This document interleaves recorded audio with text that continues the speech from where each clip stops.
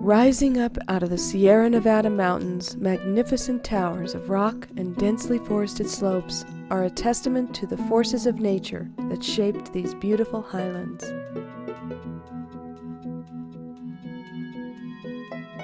Each summer, millions of visitors travel to California's Yosemite National Park to experience the breathtaking beauty of Yosemite's high country.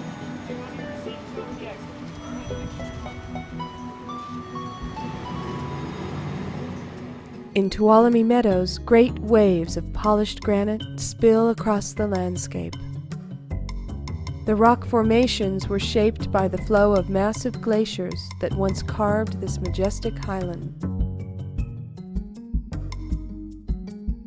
These shining domes of granite contain evidence about both the geologic and climatic history of this awesome scenery. But the granite domes are not alone in bearing evidence of the past. The surrounding forests, meadows, streams, and glacial lakes also contain clues that help scientists understand the forces that shaped this land.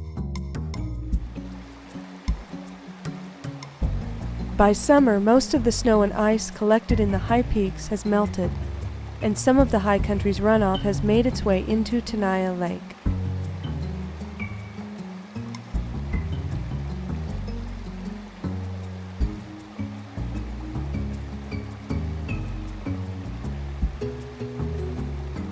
And the warm rays of the summer sun have melted the blanket of ice that covers the lake in the winter.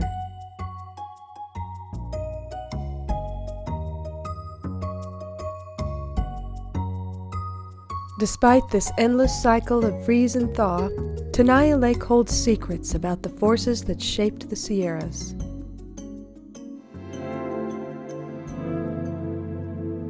But these secrets are not known to those who pass by the lake.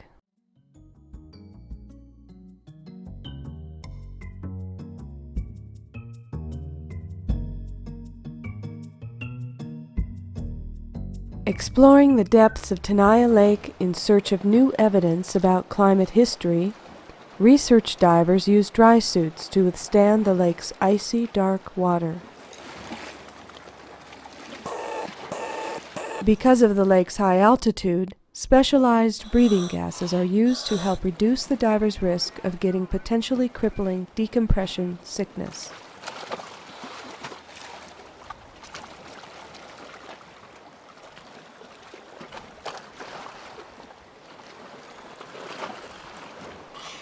While diving in the near-freezing water, divers discovered the remains of huge, ancient rooted trees. This new evidence has made Tenaya Lake an even more important piece of an age-old puzzle.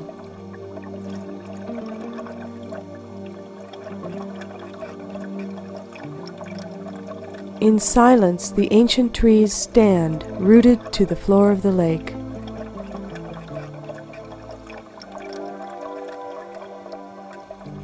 As a testament to the passage of time and the circumstances that this landscape has endured, these trees are evidence of one of nature's endless cycles: drought. Studying this phenomenon in Yosemite and other areas of the Sierras is paleoclimatologist Scott Stein. There's an increasing amount of evidence all over the western United States that on two different occasions during medieval time, from perhaps 800 AD until about 1130 AD, and again from about 1200 AD until about 1350 AD, severe drought hit the area. These were not only severe in terms of lack of precipitation, but severe in terms of their duration as well. We can find evidence for this at Mono Lake, which is today artificially low. We can walk out onto the shorelands of Mono Lake, for instance, and find rooted stumps that are rooted in place that grew at some prior time or times when Mono Lake was low. We've dated the stumps at Mono Lake, and we find that there are two generations of stumps. The first killed around 1130 AD, the second killed around 1350 AD. These trees then, or the stumps of these trees, grew during times of drought when the lake was low. They were then killed by the lake when the lake rose, when it became wet again. The lake then dropped back down again during drought. More trees grew on the shorelands. The lake then came up again and killed those trees. We can find evidence of those same droughts along the West Walker River to the north of Mono, Walker Lake to the east of Mono, Independence Lake north of Lake Tahoe, and Owens Lake to the south of Mono Lake. In looking out at Tenaya Lake right now, we don't really see evidence of these trees sticking out of the water. It's now, however, early August of a very wet year, and as a result, Tenaya Lake is a little bit higher than it would normally be. As the weeks roll on here, as we go into September and then into the fall season, Tenaya Lake will have dropped half a meter, perhaps close to 1 full meter below where it is today, and the tops of many of these trees that appear to be rooted on the floor of the lake will start to protrude. It's at times like that, a little bit later in the year then, that we can actually see surficial evidence of what is typically drowned throughout most of the year. Only until now, the underwater world of Tenaya Lake has remained undiscovered. And these trees in the depths of the lake are all that remain of an ancient forest that once stood in place of what is now Tenaya Lake. Research diver Phil Caterino. Once I came up at that point and I had known that it was concrete evidence that those trees were rooted in there, and given the amount of trees that I had seen in the lake there, and that far south made me realize that this wasn't a very small microclimate change. This was a region-wide change in this, and it had to be in the Sierras. And if we had found trees that far south, then there must be also trees that far north from where we had started on this. And it all of a sudden broadened the scope of everything that I had been looking at. At an altitude of nearly 10,000 feet, the rays of the summer sun are strong. But the ancient trees on the bottom of the lake seldom see the sun. The fine particulate that enters the lake from the meltwater runoff blocks the sunlight. And this helps to preserve the trees by blocking out the sun's powerful rays that would otherwise decompose the soaked wood. Below the surface, the remains of the trees are well preserved due to the cold, dark water. Even by the height of summer, the lake's water temperature on the bottom is a chilling 39 degrees. This near freezing water has a very low oxygen content that helps to preserve the trees. Only until now, with the help of research divers, scientists are able to see the submerged remains of these ancient trees. Again, paleoclimatologist Scott Stein. On the floor of the lake are what appear to be rooted remains of very large trees, lodgepole pines as well as western white pines primarily. And we have dated a number of these trees now. They seem to have been killed at the same time trees at these other aquatic sites were killed as well. Many of the trees have become swollen for being underwater for hundreds of years. And nearby the base of many of the trees, large sheets of bark can be seen laying on the bottom of the lake.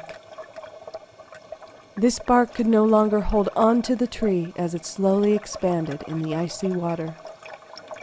When I had reached the bottom of this tree at the lake bed to see where it was in fact rooted, to my astonishment, it was the first tree in all these dives that I've done throughout the Sierra that in fact still had the bark intact on the tree itself. All the other trees we had sampled and that I had dove on were all stripped clean. But this tree in fact had a ring of bark around the bottom of it. And I had my dive camera with me to take some photos at the bottom there. And when I took off a piece of the bark, I had realized that the bark in my hand was as bright as color as the bark up on the shore. The geologic and climatic history of the Sierras is ancient and complex, and scientists are learning more about the long-term weather patterns of the Sierras in the western United States. And these trees are another important indicator of the forces that have impacted this area. We think that Tenaya Lake may very well provide corroborating evidence of what we have been able to pretty clearly establish other places as drought. As more evidence is collected about the history of severe drought in the Sierras, we are able to more clearly see that drought is in fact a recurring phenomenon. And we are faced with the possibility that severe drought will return again to the western United States. Undoubtedly, this will have an enormous economic impact to states like California, one that is estimated in having the world's 7th largest economy.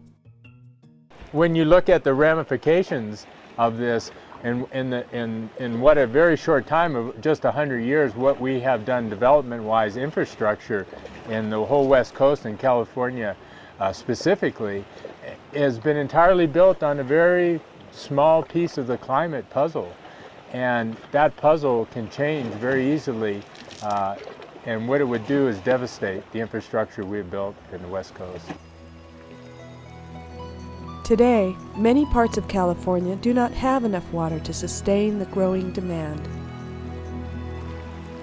And as a result, California must rely on water sources originating outside the region. In the coming years, it is uncertain how much water future weather patterns will bring to the Sierras. In learning more about the past, scientists and research divers will continue to explore the underwater world in search of discoveries that bring new light to understanding the future of water, one of our most precious resources.